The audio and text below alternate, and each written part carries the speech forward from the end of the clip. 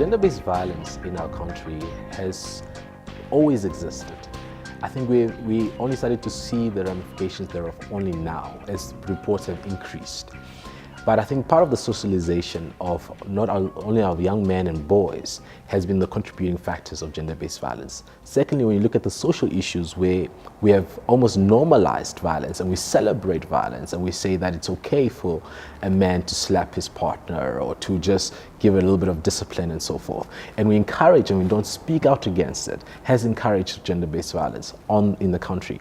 And therefore, that increase and rise has then been reported more and more in the papers and of course on the news and so forth. So it's something that is such intrinsically integrated into our culture, into our society, that we don't really recognize it until it's only terribly been done.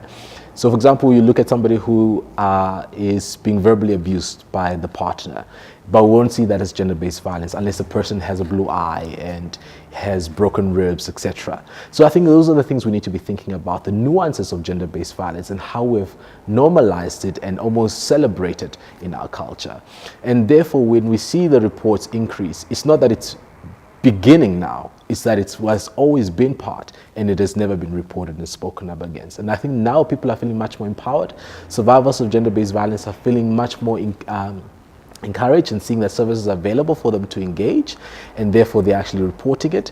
And secondly, also just from the exposure of media, and we've exposed it through bringing awareness what gender-based violence is, with the different forms of violence, people are much more freer to be able to bring this to the table and bring the conversation to the table. But I think we have to look at the discourse of how gender-based violence is in line with the societal norms that we've encouraged.